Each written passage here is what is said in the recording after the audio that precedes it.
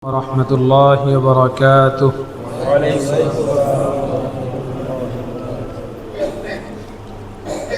الحمد لله رب العالمين، والعاقبة للمتقين، والصلاة والسلام على سيد الأنبياء والمرسلين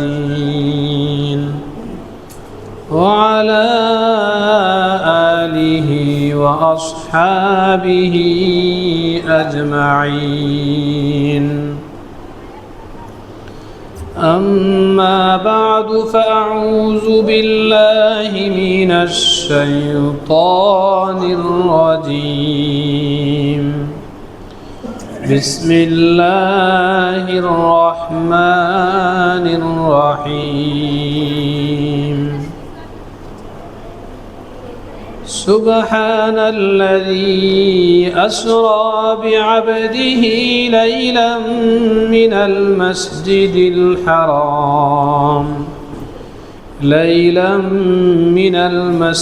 الحرام إلى المسجد الأقصى الذي باركنا حوله لنريه من آياتنا، إنه هو السميع البصير.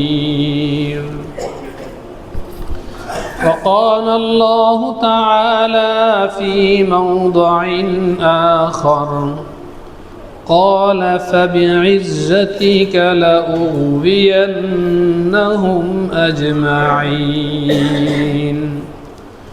وقال النبي صلى الله عليه وسلم: إن الشيطان يجري في الإنسان مجرى الدم، أو كما قال النبي صلى الله عليه وسلم.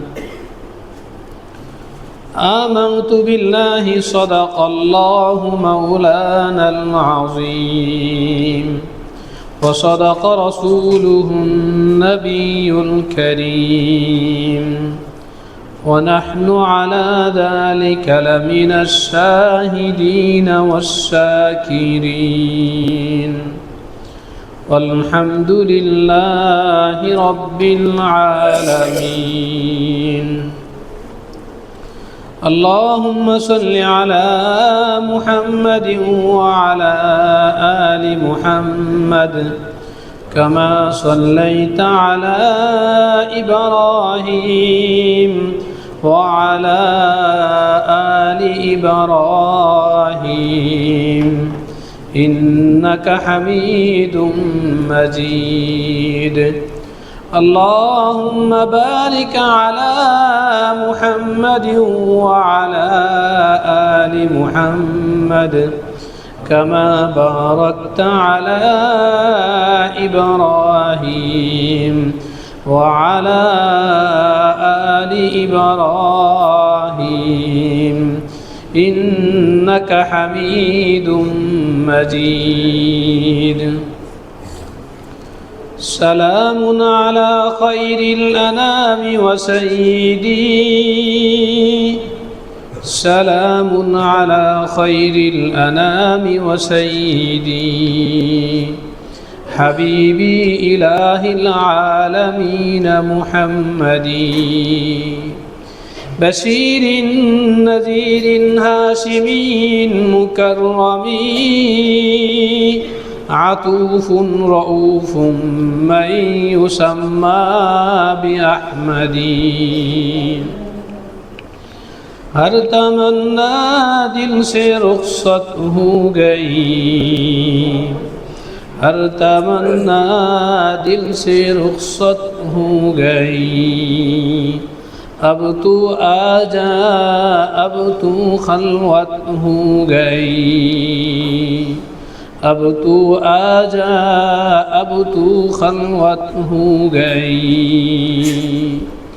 قالوا سبحانك لا علم لنا إلا ما علمتنا إنك أنت العليم الحكيم الحمد لله মুআজ্জাজ মুহতারাম সম্মানিত মুসল্লিয়ানি কেরাম, আল্লাহ রাব্বুল আলামিন আমাদেরকে পবিত্র জুমার দিন জুমার নামাজ পড়ার জন্য মসজিদে আসার তৌফিক দিয়েছেন। শুকরিয়া তান বলি আলহামদুলিল্লাহ। মুহতারাম দোস্ত, আমাদের এই নবীনবাগ মসজিদ প্রতিষ্ঠা হওয়ার পর থেকে আজ পর্যন্ত, এমনকি কিয়ামত পর্যন্ত, এই মসজিদের মিম্বরে যারা বয়ান করবে এবং যারা শুনবে, এই বয়ান করনেওয়ালা আর শুননেওয়ালা সবার মান নির্ণয় হবে আল্লাহ রাব্বুল আলামিনের কাছে। শুধু আমাদের নবীনবাগ মসজিদ না, সব মসজিদে বলনেওয়ালা শুননেওয়ালা মান নির্ণয় হবে।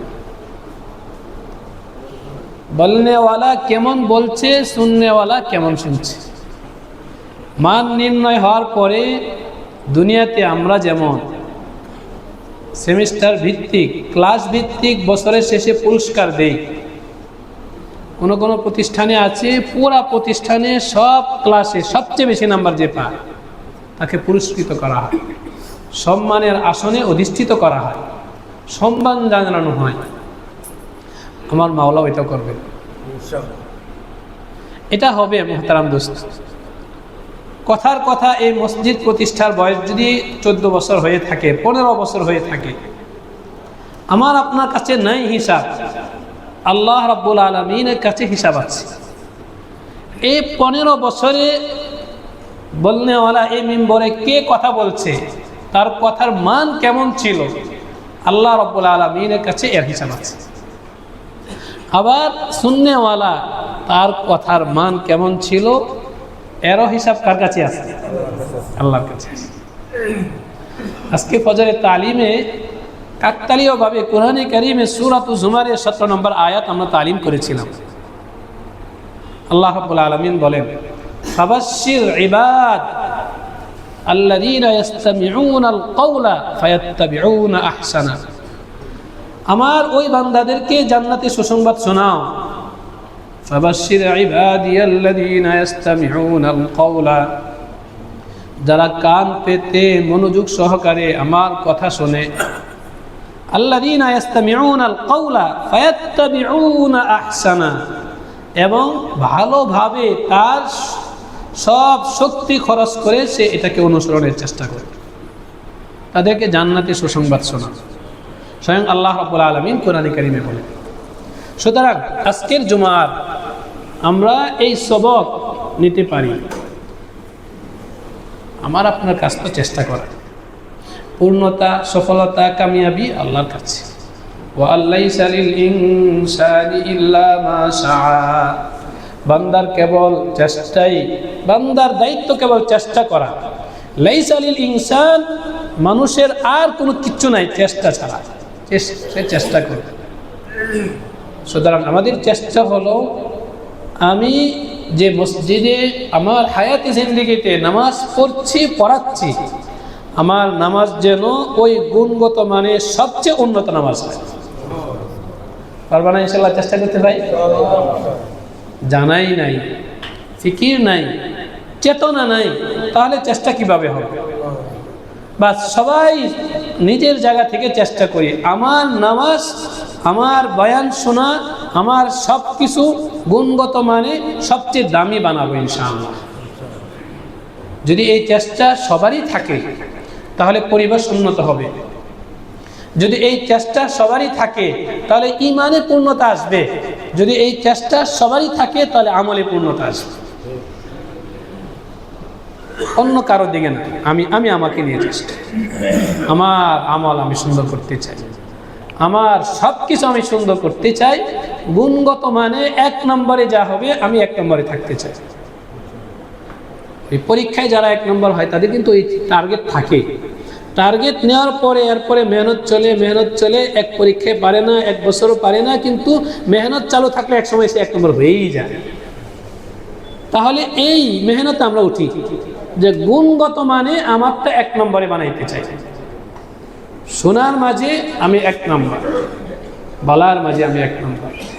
জানা নাই কোন শোনায় আল্লাহ রাব্বুল আলামিন আমাকে শ্রেষ্ঠত্বের আসনে অধিষ্ঠিত করেন, কোন বলাই আল্লাহ রাব্বুল আলামিন আমাকে শ্রেষ্ঠত্বের আসনে অধিষ্ঠিত করেন, এটা আমার জানা নেই। মেহনত চলতে থাকবে। আমার আপনার মেহনতই হলো এটা, ঈমানওয়ালার মেহনতই হলো এটা। হাত্তা ইয়াতিয়াকাল ইয়াকিন, মৃত্যু আসার আগ পর্যন্ত এই কোর্সে আমি ভর্তি হইলাম। আমার সব কিছু আমি দামি বানাইতে চাই, উন্নত বানাইতে চাই, গুণগত মানে শ্রেষ্ঠ বানাইতে চাই। আল্লাহ রাব্বুল আলামিন আমাদের সবাইকে তৌফিক দান করে। গুণগত মানে শ্রেষ্ঠ না হলে বোর্ড পরীক্ষায় কত হাজার ছাত্র পরীক্ষা দেয়, কই ইতিহাস তো সবাইকে স্মরণ করে না, সবার নাম তো নথিভুক্ত হয় না শ্রেষ্ঠত্বের আসনে, ইতিহাসে হারায় যায়, কেউ খোঁজ নেয় না। মুহতারাম দোস্ত, আমরাও যেন ইতিহাসে হারিয়ে যেন না যায়। আমার আমল, আমার ইবাদত, আমার বন্দেগী সব কিছু যেন ইতিহাসে হারিয়ে না যায়, এগুলো যেন সংরক্ষিত হয়। আমি যেন আমার মাওলার কাছে দাবি করতে পারি যে আমি গুণগত মান রক্ষার জন্য চেষ্টা করেছি। বরং আশ্চর্যের ব্যাপার, সূরাতুল মুলকে আল্লাহ রাব্বুল আলামিন তো স্পষ্ট বলেইছেন, আল্লাযী খালাকাল মাউতা ওয়াল হায়াতা লিয়াবলুয়াকুম আইয়ুকুম আহসানু আমালা। আল্লাহ তাআলা আমাদের হায়াত আর মউত দিয়েছেন পরীক্ষা করার জন্য, কে গুণগত মানে আহসান। আহসান আরবি শব্দ, এর অর্থ হলো গুণগত মানে শ্রেষ্ঠ। গুণগত মানে শ্রেষ্ঠ আমলের দিক থেকে, ফিকিরের দিক থেকে, চিন্তার দিক থেকে, সব কিছুর দিক থেকে শ্রেষ্ঠ। যে এই ইমতিহানের জন্যই আল্লাহ বনি আদমের হায়াত আর মউত দিয়েছে। আল্লাযী খালাকাল মাউতা ওয়াল হায়াতা লিয়াবলুয়াকুম আইয়ুকুম আহসানু আমালা। আল্লাহ রাব্বুল আলামিন আমাদের সবাইকে বোঝার তৌফিক দান করে। আমিন। বাস, অনেক লম্বা আলোচনার প্রয়োজন নাই, সবাই জ্ঞানী, বিচক্ষণ, সমঝদারি আছে আলহামদুলিল্লাহ। আমরা তো এই জন্যই বয়ান শুনি। আমার সব কিছু আমি গুণগত মানে শ্রেষ্ঠ করার জন্য আমি নিজের থেকেই চেষ্টা করি, কাউকে দেখানোর জন্য না, কেউ আমাকে প্রশংসা করবে এই জন্যে না, আল্লাহর কাছে স্বাক্ষর রাখার জন্য, আল্লাহকে দেখানোর জন্য। দুনিয়ার মানুষকে দেখাইলে কয়জনকে দেখাইতে পারবো? আমার জামানা কতটুকু? এই 60 বছরের সময়ে কয়জন মানুষ দুনিয়াতে আসে? আর আমি যদি আল্লাহকে দেখাই, আল্লাহ তো এমন সত্তা, সিত্রুল আরশি মাসতুরুন ইলাইনা ওয়া আইনুল্লাহ নাজিরাতুন আলাইনা। 24 ঘন্টা সারা জীবন প্রতি মুহূর্তের জন্যই আল্লাহ রাব্বুল আলামিনের নজর আমার আপনার দিকে আছে। তিনি দেখতেছে। আমার আপনার দেখা ভুল হবে, ত্রুটিযুক্ত হবে, আল্লাহ রাব্বুল আলামিনের দেখা ভুল নাই, ত্রুটিযুক্ত নাই। ইন্নাল্লাহা লা ইয়াজলিমু মিসকালা যাররা, যাররা পরিমাণ আল্লাহ রাব্বুল আলামিন কার প্রতি জুলুম করবেন না। বাস, ওই আল্লাহকেই আমরা দেখাই, ওই আল্লাহর জন্যই আমি গুণগত মানে উন্নত হওয়ার চেষ্টা করি। 1 নম্বর বিষয়। 2 নম্বর বিষয় হলো, আজকের জুমায় বেশ কয়েকটা পয়েন্টে আলোচনা করব। 1 নম্বর পয়েন্ট চলে গেল যে আমরা গুণগত মানে সর্বাধিক থেকে সর্বশ্রেষ্ঠতা লাভ করতে চাই।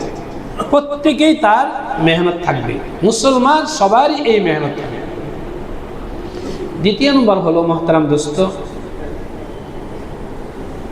বনি আদমের অস্তিত্বের সূচনাই ছিল মুজাহাদা, চ্যালেঞ্জের মুখে। এটা তালিমে আলোচনা হয়েছে।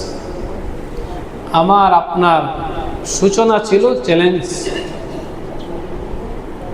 যখন আমাদের বাবা, আদি পিতা হযরত সাইয়্যিদুনা আদম সফিয়্যুল্লাহ আলাইহিস সালাতু ওয়াস সালাম আল্লাহ তাআলা দুনিয়াতে পাঠাইলেন, তো তো শয়তানকে আল্লাহ রাব্বুল আলামিন বললেন, ওয়াইদ কুলনা লিল মালাইকাতি ইসজুদু লিআদামা ফাসাজাদু ইল্লা ইবলিস।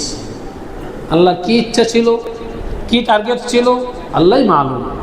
কিন্তু আল্লাহ রাব্বুল আলামিন শয়তানকে বললেন, ফেরেশতাদেরকে বললেন, আমি তো বনি আদম সৃষ্টি করলাম। কয়জন ছিল? বনি আদম না, আমি তো আদম সৃষ্টি করলাম। কয়জন ছিল? একজন, একজন মাত্র আদম আমি বানাইলাম মাটি থেকে। মাটির তৈরি একটি মাখলুক আমি তৈরি করলাম। সুতরাং ফেরেশতা, তোমরা যে যা কিছু দিয়ে তৈরি হও না কেন, শয়তান তুমি যা কিছু দিয়ে তৈরি হও না কেন, তুমি ওই আমার তৈরি মাটির জিনিসকে সাজদা করো।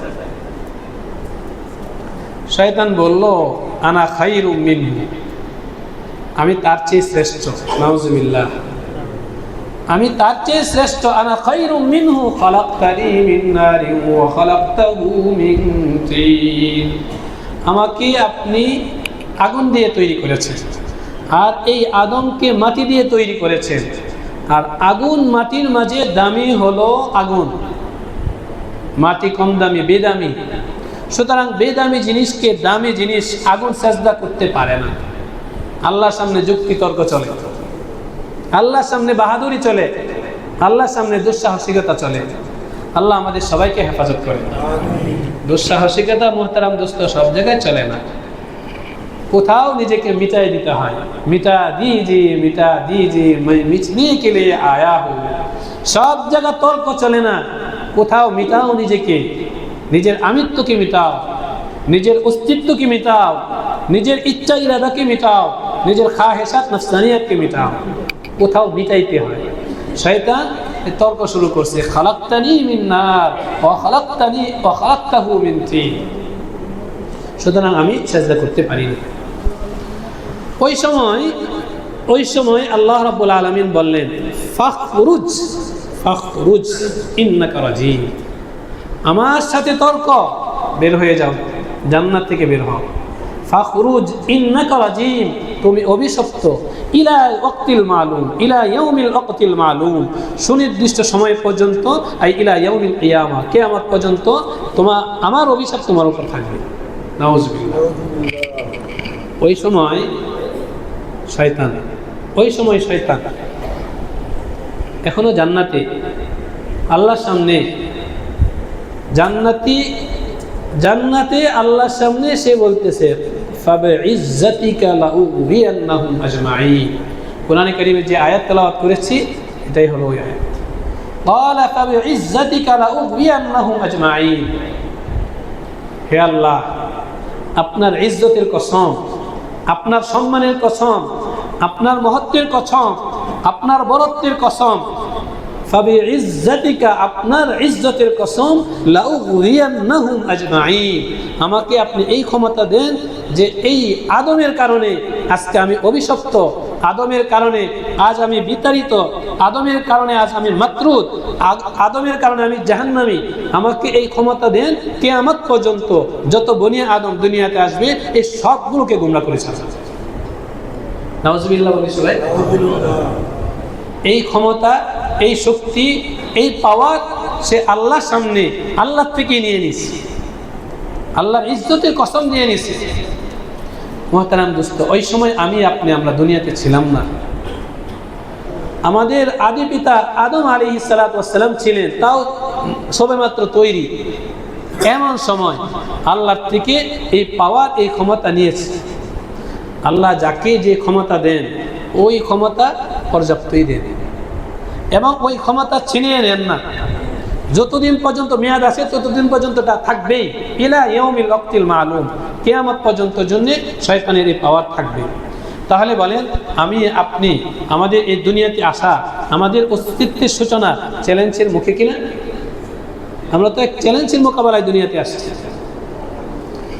আমাদের বিপরীতে শয়তান এই ক্ষমতা নিয়েছে, আমাদেরকে গুমরাহ করবে, পথভ্রষ্ট করবে, আমাদেরকে আল্লাহর অসন্তুষ্টিতে ফেলবে, জাহান্নামের পথিক বানাবে।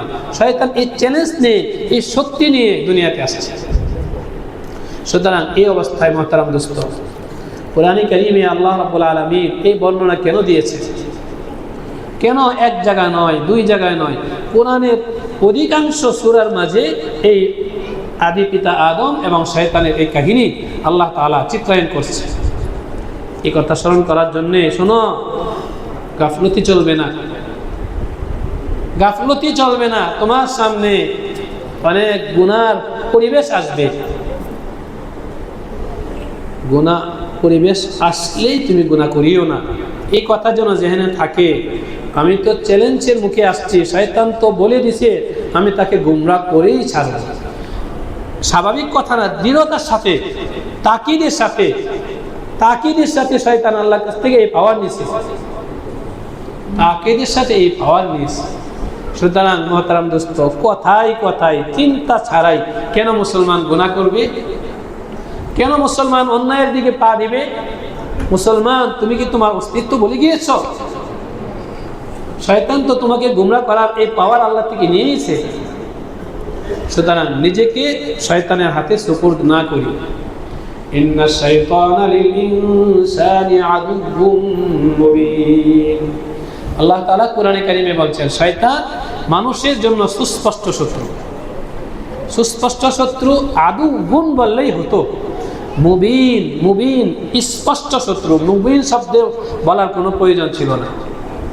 কিন্তু আল্লাহ বললেন, আমাকে আপনাকে আল্লাহ সতর্ক করতে চান, আমাকে আপনাকে আল্লাহ তাআলা শয়তানের কবল থেকে, জাল থেকে আল্লাহ আমাদেরকে মুক্তি দিতে চান। এই কারণে আল্লাহ বললেন, ইন্না শাইতান লিল ইনসানি আদুউম মুবিন। শয়তান তোমার শত্রু, শয়তান শত্রু, শয়তান আমাকে গুমরাহ করবে, শয়তান আমাকে জাহান্নামে নিয়ে ছাড়বে, এই পাওয়ার আল্লাহর থেকে নিয়েছে, আল্লাহর ইজ্জতের কসম নিয়ে নিয়েছে। এই সব কিছুর পরেও কেন মুসলমান অন্যায়ের দিকে পা বাড়াও?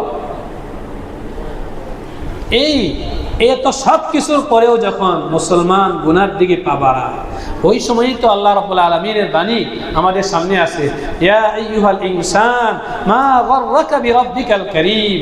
হে মানুষ, কোন জিনিস তোমাদেরকে তোমাদের রব্বে কারীমের ব্যাপারে গুরুরের মাঝে ফেলছে, ধোঁকার মাঝে ফেলছে? কোন জিনিস? রব্বে কারীম তো স্পষ্ট করে দিলেন কে শত্রু কে বন্ধু। এ তো আল্লাহ রাব্বুল আলামিন সতর্কই করে দিয়েছেন, বারবার বলেছেন। এরপরেও অন্যায় করার অর্থ হলো আমি আগুনকেই হাতে নিলাম,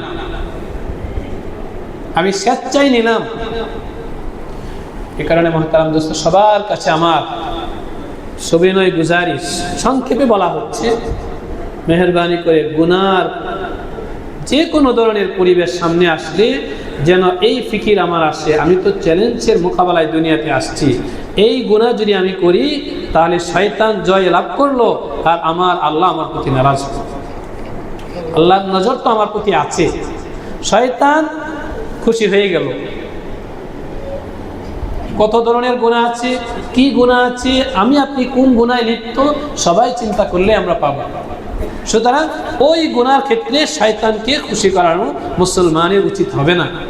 একবার চিন্তা করি, আমি চ্যালেঞ্জের মোকাবেলায় আসছি, শয়তান জান্নাতে আল্লাহর ইজ্জতের কসম দিয়ে বলেছিল আমি তাকে গুমরাহ করে ছাড়বো, তাহলে তো সে তার ওই ওয়াদাই বিজয় লাভ করবে, আমাকে সে গুমরাহ করে ফেলবে। আমি তো শয়তানের কবজায় চলে গেলাম, শয়তানের কবজায় চলে গেলাম। আর এর বিপরীতে আল্লাহ রাব্বুল আলামিন সন্তুষ্ট হচ্ছেন, বান্দা মা গাররাকা বিরাব্বিকাল কারীম, কোন জিনিস তোমাকে ধোঁকায় ফেললো তোমার রবের ব্যাপারে? যে রব হিতাকাঙ্ক্ষী, হিতৈষী, কল্যাণকামী, এত করে মহব্বত করে কোরআনে বারবার সতর্ক করছেন, ওই রবের কথা না শুনলে অভিশপ্ত মালউন মাতরুদ শয়তানের কথাই শুনলে। আল্লাহ তাআলা আমাদের সবাইকে হেফাজত করে। বরং হাদিসে আমার নবী বলছেন, শয়তান আল্লাহর থেকে যে পাওয়ার নিছে, এত অনেক সময় আমরা বিভিন্ন জায়গা থেকে, অফিসের বস থেকে পাওয়ার নেই, স্যার আমাকে মুক্ত মনে কাজ করার জন্য আমাকে স্বাধীনতা দিতে হবে, তখন স্বাধীনতা দেওয়া হয়। স্বাধীনতা পাওয়ার পরে যিনি স্বাধীনতা লাভ করেন সে গাফলতি করে, আমি তো পাওয়ার নিয়েছি, আমি করলে করলাম, না করলে না করলাম। কিন্তু শয়তান আল্লাহ রাব্বুল আলামিন থেকে পাওয়ার নেওয়ার পরে সে চুল পরিমাণ ত্রুটি করে না, বিন্দু পরিমাণ সে ত্রুটি করে না, সে তার ষড়যন্ত্র চালিয়ে যাচ্ছে। রাসূল করিম সাল্লাল্লাহু আলাইহি ওয়াসাল্লামের হাদিসে আসছে, ইন্না শাইতান ইয়াজরি ফিল ইনসান মাজারাদ দাম, শয়তান বনি আদমের রগে রোগে চলার ক্ষমতা রাখে।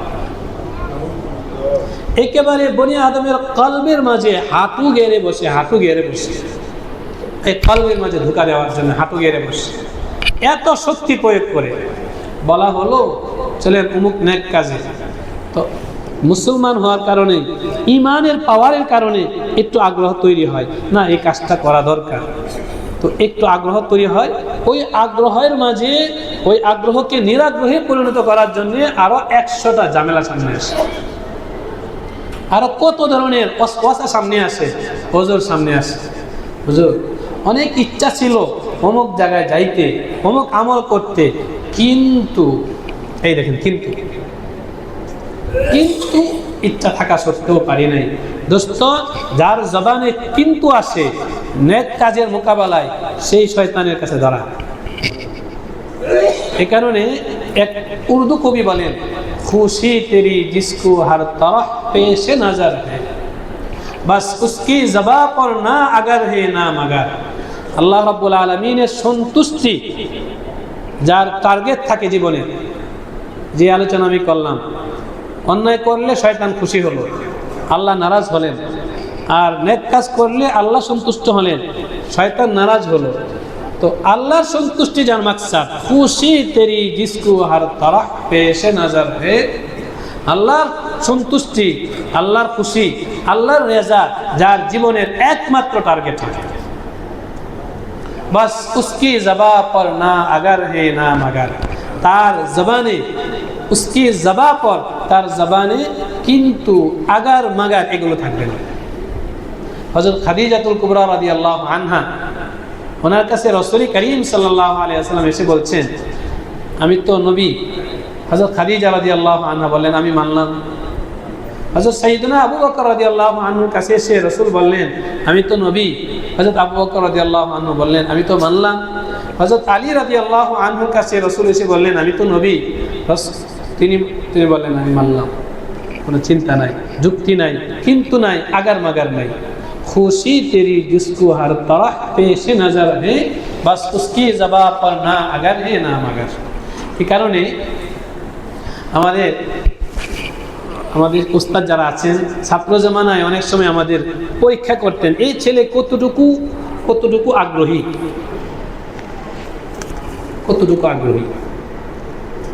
হঠাৎ করে ডাকছেন, এদিকে আসো। তো দেখা গেল হুজুর ডাকার সাথে সাথে কোন ছাত্র খাবার খাচ্ছে, লোকমা সে হাতে নিয়েছে, মুখে তুলবে, এখন মুখের কাছে আসে নাই, অর্ধ। হুজুর বলছেন, এদিকে আসো। ওই লোকমা এইভাবে আছে, এইভাবে রাখা অবস্থায় উস্তাদের ডাকে সাড়া দেয়। এক ধরনের ছাত্র। আর এক ধরনের ছাত্র হলো, লোকমাটা খেয়ে নেই, অল্প ভাত আছে শেষ করে নেই, হাতটা ধুয়ে নেই, জামাটা পরে নেই, এরপরে যায়। বলেন তো এই দুই ছাত্রের মাঝে কোন ছাত্রের প্রতি উস্তাদের সন্তুষ্টি থাকবে? আরে উস্তাদ তো দেখেই তোমাকে ডাকছেন, ওই ভাত হাতে রেখে লোকমা হাতে নিয়ে খালি গায়ে দৌড় দিলে, উস্তাদ বলেন সে যত কঠিন দিলের অধিকারী হোক না কেন, ওই ছাত্রের প্রতি খুশি হয়। এগুলো আমাদেরকে শেখানো হয়, এইভাবে নিঃশর্ত আনুগত্য, ইসলামের শিক্ষা, কোনো আগার মাগার নাই। হযরত ইব্রাহিম আলাইহিস সালাতু ওয়াস সালামকে আল্লাহ রাব্বুল আলামিন স্বপ্নে বললেন, সন্তান জবাই করো।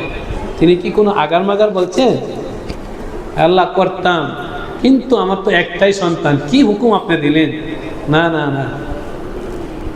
ফালাম্মা আসলামা ওয়া তাল্লাহু লিল জাবিন ওয়া নাদাইনাহু ইয়া ইব্রাহিম। হযরত ইব্রাহিম আলাইহিস সালাতু ওয়াস সালাম স্বপ্নে যোগে আল্লাহ বললেন, সন্তান জবাই করো। তিনি রাজি হয়ে গেলেন, সন্তানকে নিয়ে মাসবাহে চলে গেলেন, ছুরি গলায় চালাবেন, এই সময় ওয়া নাদাইনাহু ইয়া ইব্রাহিম। সারা দুনিয়ার সব মাখলুক দেখতেছিল, আল্লাহ রাব্বুল আলামিন আসমান থেকে ঘোষণা দিলেন, হে ইব্রাহিম, ক্বাদ সাদ্দাকতার রুইয়া, তোমার স্বপ্ন বাস্তবায়ন হয়ে গেছে। এখনো ছুরি চালানো হয়নি, লাগাবেন, ওই সময় বলা হচ্ছে ক্বাদ সাদ্দাকতার রুইয়া, স্বপ্ন বাস্তবায়ন হলো। ইন্না কাযালিকা নাজিল মুহসিনিন, আমি সৎকর্মপরায়ণদেরকে পুরস্কার এভাবেই দেই, যারা আগার মাগার কিন্তু ছাড়া নিঃস্বার্থভাবে আমাকে মানতে পারে, আমি তাদেরকে নিঃস্বার্থভাবেই দিই। এই কারণে মুহতারাম দোস্ত, বলার অর্থ হলো আমরা কাকে খুশি করাবো? আল্লাহকে খুশি করাবো। আমার আপনার সারা দুনিয়ার সব মুসলমানের জীবন চ্যালেঞ্জের মুখে, শয়তানের মোকাবেলায় আমরা দুনিয়াতে সময় অতিবাহিত করছি। বিভিন্ন ধরনের নাজায়েজ বিষয়, গুনার পরিবেশ মুসলমানের সামনে আসবে।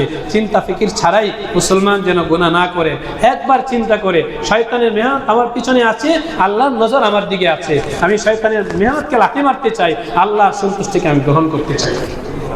আল্লাহ রাব্বুল আলামিন আমাদেরকে তৌফিক দান করে। এই হলো তৃতীয় নম্বর বিষয়। চতুর্থ নম্বর বিষয় হলো মুহতারাম দোস্ত, আজকে রজব মাসের 16 তারিখ। রজব মাস যখন শুরু হতো, এর আগে ভূমিকা কিছু কথা বলে নেই। ইসলামে কোন কোন আমল জায়েজ, কোন কোন আমল জায়েজ নেই, কোন আমল করণীয়, কোন আমল বর্জনীয়, এই এলান সাধারণত মসজিদের মেম্বার থেকে আসে। যেমন শাওয়াল মাসে 6 রোজা রাখতে হবে, মসজিদের মেম্বার থেকে বলা হয় কিনা? মুসল্লি ভাইরা আলহামদুলিল্লাহ অনেকেই রোজা রাখেন।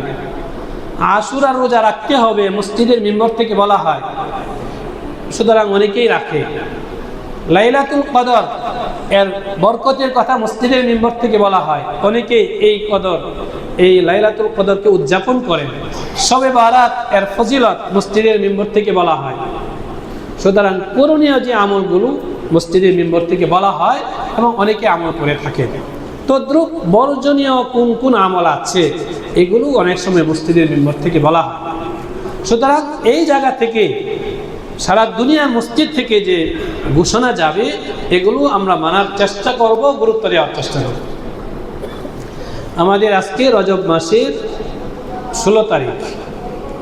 রজব মাস যখন শুরু হতো, রাসূল করিম সাল্লাল্লাহু আলাইহি ওয়াসাল্লামের রাসূলের পক্ষ থেকে কিছু আমল ছিল। রজব মাস শুরু হওয়ার সাথে সাথে আমার নবীর পক্ষ থেকে কিছু আমল ছিল। 1 নম্বরের আমল হলো রাসূল করিম সাল্লাল্লাহু আলাইহি ওয়াসাল্লাম দোয়া করতেন, আল্লাহুম্মা বারিক লানা ফি রজব ওয়া শাবান ওয়া বাল্লিগনা রমাদান।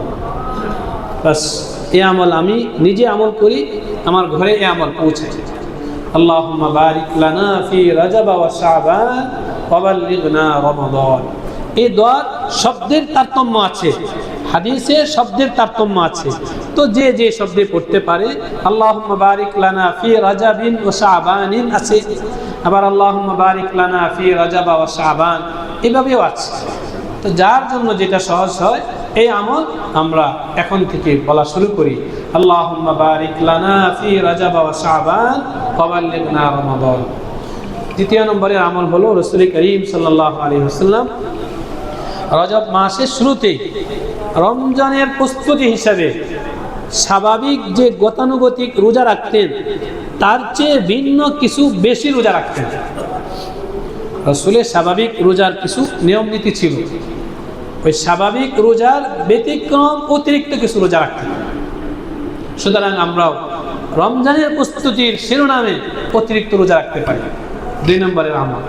তৃতীয় নম্বর হলো রমজান মাসে যেন আমি বাধাহীনভাবে জড়তা ছাড়া কোরআনে কারিমের তেলাওয়াত করতে পারি। এই কারণে এই রজব এবং শাবান এই মাসে কোরআনের তেলাওয়াত বাড়ায়া দেওয়া। চতুর্থ নম্বরের আমল হলো এই রজব শাবান মাসে দান সৎকার পরিমাণ বাড়ায়া দেওয়া। এই আমলগুলো রাসূল করতেন। সুতরাং আমরাও এই রজব মাসে শাবান মাসে আমলগুলো করতে পারি। করবো ইনশাআল্লাহ। আর সবচেয়ে গুরুত্বপূর্ণ যে বিষয়, রজব মাসকে কেন্দ্র করে 27শে রজব মেরাজ উদযাপন হতে দেখা যায়।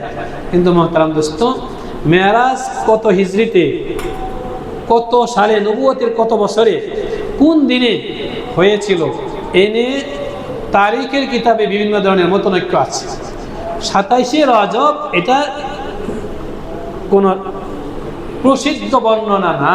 কেউ কেউ বলেন 27শে রজব মেরাজ সংগঠিত হয়েছিল। এই মেরাজকে কেন্দ্র করে ওই মেরাজের রাতে মসজিদগুলোতে মেরাজের ফজিলত নিয়ে আলোচনা করা, এরপরে পরের দিন রোজা রাখা, অথবা এই মেরাজের রাতে সুনির্দিষ্ট নামাজ, এগুলো সহি বর্ণনায় পাওয়া যায় না।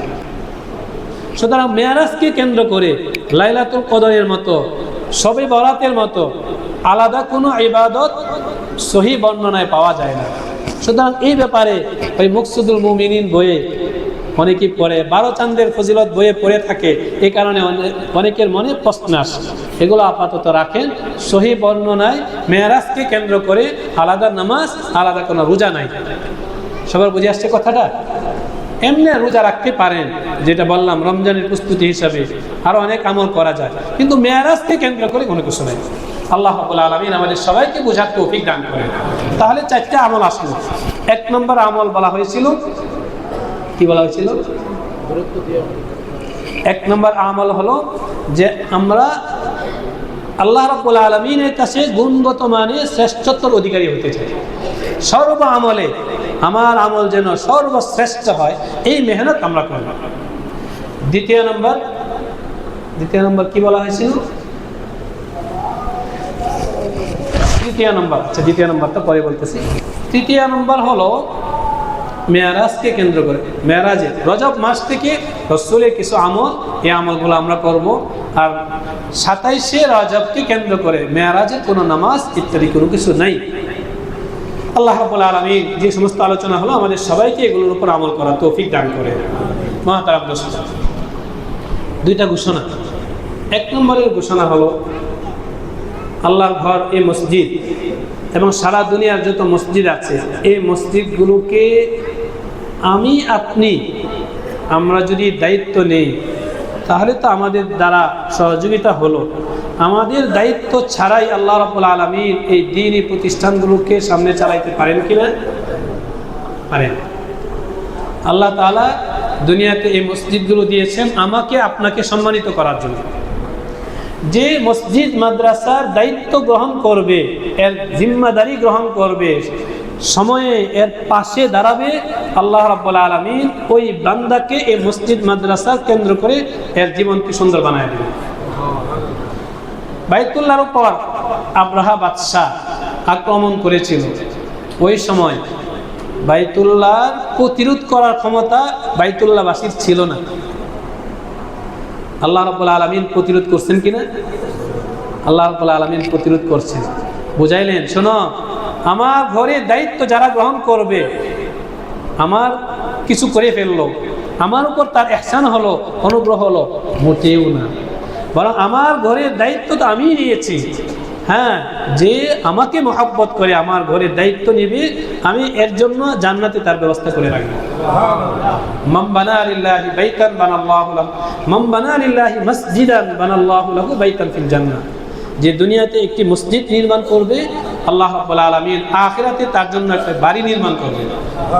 এটা আমার নবী বলছে।